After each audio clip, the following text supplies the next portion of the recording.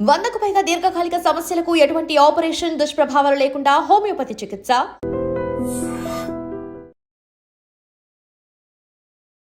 నమస్తే, welcome back to iDream media healthy conversations on iDream ప్రోగ్రామ్కి అందరికీ స్వాగతం. సో ఈరోజు మనతో ఒక స్పెషల్ గెస్ట్ ఉన్నారు.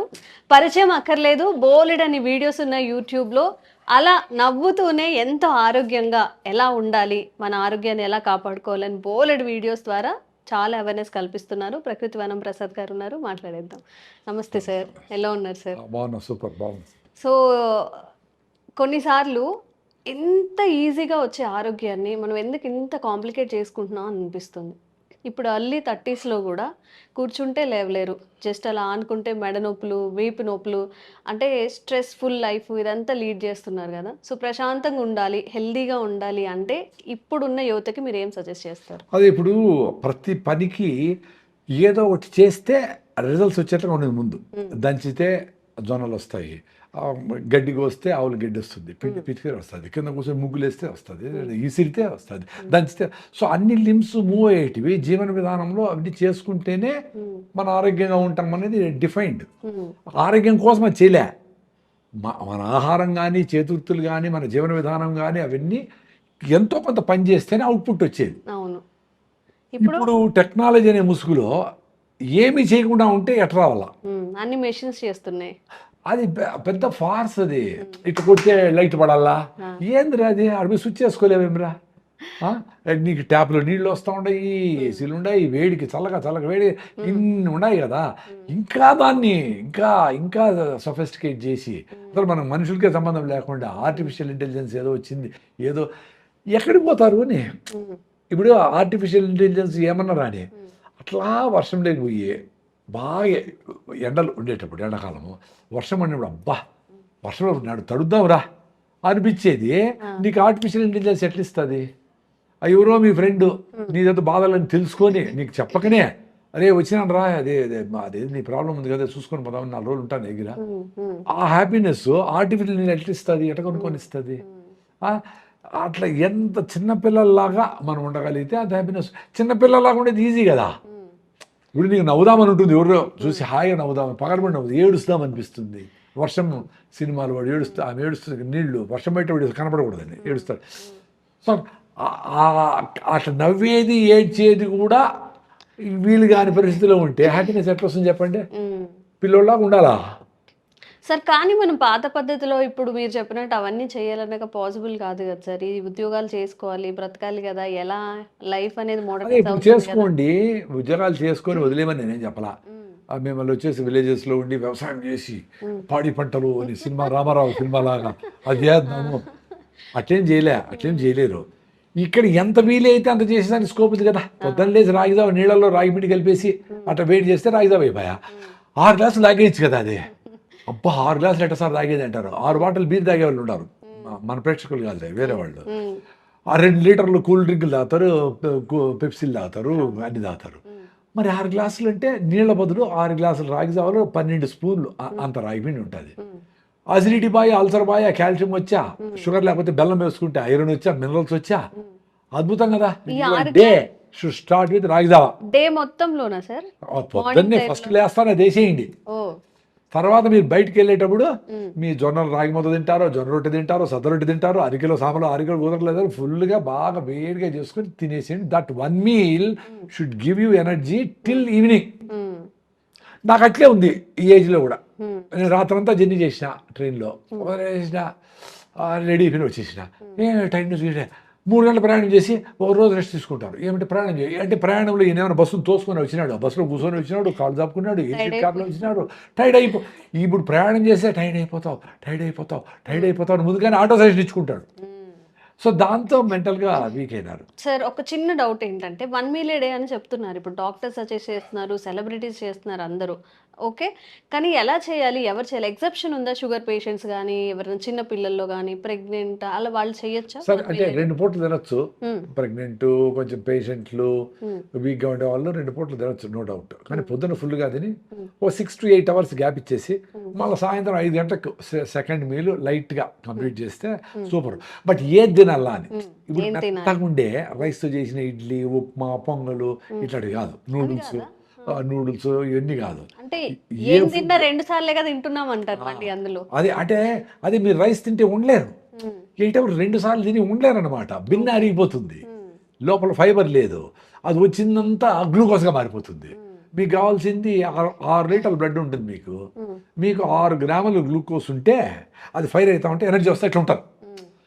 60 గ్రాములు ఉంటే 600 గ్రాములు వస్తే ఇంత బకెట్ బిర్యానీలు ఐస్ క్రీములు లోడ్ చేసేసి దానంతా ఏం చేయాలని పెద్ద క్వశ్చన్ అయిపోయి బాడీకి అది వాడేదేదో వాడుకుంటుంది, నీళ్ళదంతా గ్లైకోజన్గా మార్చి లివర్లో మజిల్స్లో వేసి పెడతారు చేస్తుంది, మళ్ళీ వాడుకుందామని.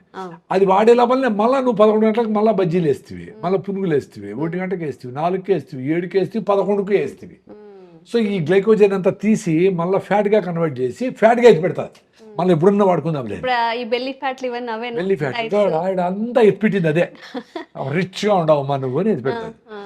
మరి మీకు అంత ఫ్యాట్ అక్యుములేషన్ అయిపోయిందంటే ఎంత ఎక్స్ట్రా తింటా ఉంటారు అనవసరంగా. సో దాన్ని కరిగించాలంటే పరిగెత్తాలా, పరిగెత్తి అని ఊపిరి మీకు బయట పోతే ఫ్యాట్ బర్న్ అయ్యి బయట వస్తుంది. నడిస్తే మంచిదే, ఫ్యాట్ బర్న్ కాదు. ఎందుకంటే మీరు నడుస్తూ ఉన్నారనే ఒక ఉద్దేశంతో నార్మల్ కంటే ఎక్కువ తింటారు. అబ్బా ఈరోజు 10,000 స్టెప్స్ వేసినానని 2 బిర్యానీలు తింటారు. సో ఏమైంది, బ్యాలెన్స్ అయిపోయింది కరిగించిన దానికి. సో దాంతో మీకు యాక్చువల్గా బరువు తగ్గడంలే, బరువు తగ్గకుండా ఉండేది పెద్ద ప్రాబ్లం అన్నిటికీ. మరి ఏం తినాలి సార్, మరి అదే ఏం తినాలి? ఏ ఫుడ్ మంచిగా మిల్లెట్స్తో హై ఫైబర్ ఉండే ఫుడ్ అంటే రాగులు, సద్దలు, జొన్నలు కూడా మిల్లెట్సే. మీకు అంతగా సాంబార్ వద్దు అనుకుంటే రాగులు, జొన్న, సద్దలు కూడా, జొన్న రొట్టెలు వేడిగా చేసుకొని పెద్ద జొన్న రొట్టెలు 3 పెట్టుకొని అన్ని గుళ్ళో పెడతారు కదా, గుగ్గిళ్ళు, బఠానీలు, శనగలు, అలసందలు, ఒక ఆకుకూర, మునగాకు, అవిశాకు, ఏదన్నా తోటకూర, ఏదైనా పప్పు, దాంతో పప్పు వేసి బాగా ఇంత పప్పు అసలు అనుకుంటేనే నాకు నోట్లు నీళ్ళు వస్తామండి. మీరు చెప్తుంటే మరి దాని మీద ఎందుకు రెస్పెక్ట్ లే? జొన్న రొట్టి, రాగి అంటే టేస్టీగా ఉండదు. టేస్టీగా ఎంత అద్భుతంగా ఉంటాయి, టేస్టీగా ఉంటాయి. అవన్నీ వేడిగా రొట్టె చేసి ఆ పప్పు చేసుకొని ఆ పొడి వేసుకొని ఆ పుళ్ళకి నెయ్యి వేసుకొని అదేది కరివేపాకు కారం వేసుకొని దాంట్లోకి నెయ్యి వేసుకొని పల్లీల పచ్చడి వేసుకొని అని అన్నిటితో బాగా 3 రొట్టెలు ఆకుకూర అన్ని తినేసి మళ్ళీ ఎందుకు నీ మైండ్కి అట్లా హ్యాపీనెస్ వస్తుంది. థ్యాంక్స్ అమ్మా అని చెప్తాది బాడీ. చూసుకోండి, మీరు ఎక్స్పీరియన్స్ చూసుకోండి. నేను వెజిటేరియన్ కదా కాబట్టి అవే చెప్తాను. నాన్ వెజ్ తినచ్చా? నాన్ వెజ్ తినే అవసరం లేదని నేను ఇప్పుడు బాగుండా, నాన్ వెజ్ అవసరం లే. చాలా కారణాల వల్ల నాన్ వెజ్ వద్దాను. ఎందుకంటే 1 కేజీ చికెన్ తయారు చేయడానికి 8 కేజీలు గ్రెయిన్ కావాలి. 8 కేజీలు గ్రెయిన్ పెడితే అవుతుంది. 8 కేజీలు గ్రెయిన్ అంటే సద్దలు కానీ, రాగులు కానీ, జొన్నలు కానీ, మొక్కజొన్నలు కానీ ఏదైనా 8 కిలోలు కావాలి. సో 8 కిలోలు ఎంతమంది తింటారు? 1/4 కిలో తిన్నా 32 మంది తింటారు. చికెన్ ఒకటి తింటాడు, 2 తినేస్తారు చికెన్.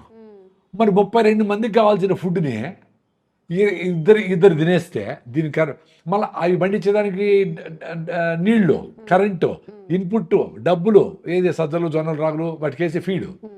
సో వీటిని మళ్ళీ క్లీనింగ్కి దానికి వాటినంతా ఎన్విరాన్మెంట్ కలుషితం చేసి అవన్నీ బారేసి చెరువులు అంతా వేసి కంపు చేసి సో దాన్ని పెంచడానికి నీళ్లు, క్లీనింగ్ అవన్నీ.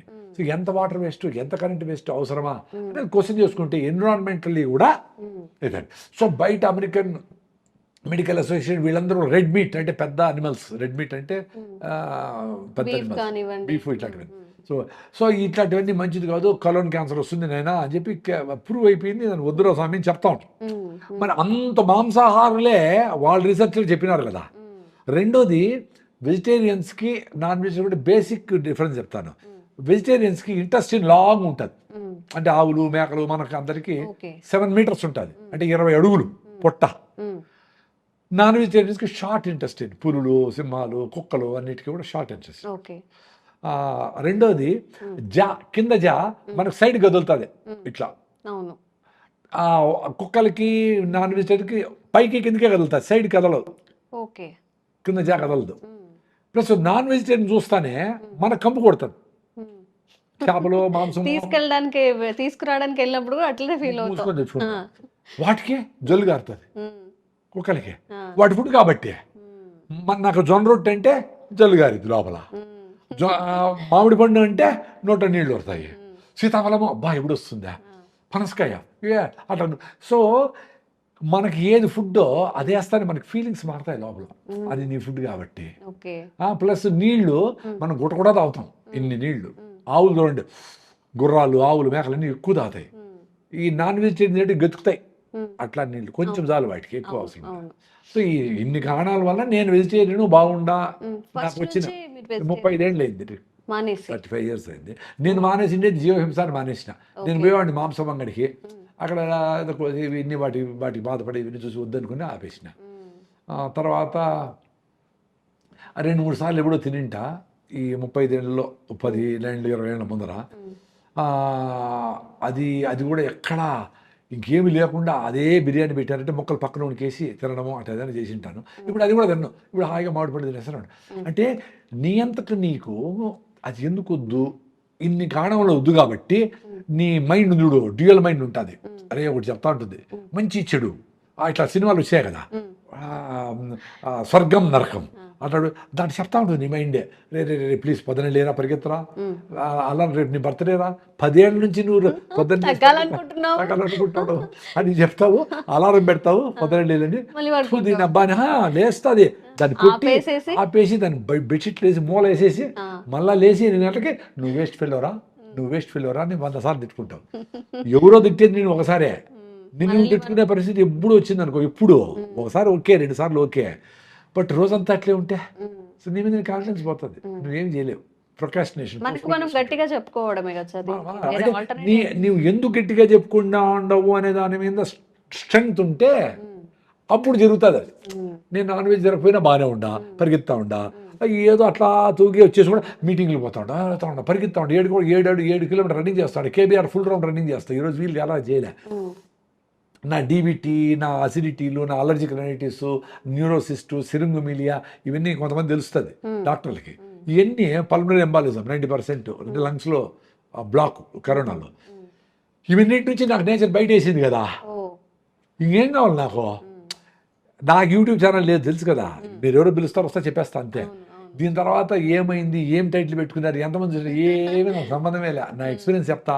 నేనే మిల్లెట్స్ తినమని చెప్పిన, బాగా తిన్నా, నేను కూడా బాగా సన్నగా అయిపోయినా, ఎక్కువ రన్నింగ్లో వీక్నెస్ వచ్చింది, రైట్ లెగ్ ఏం రా చూస్తే బీటోల్. సో సన్నగా ఉండే వాళ్ళు ఎక్కువ మిల్లెట్స్ తినకూడదు.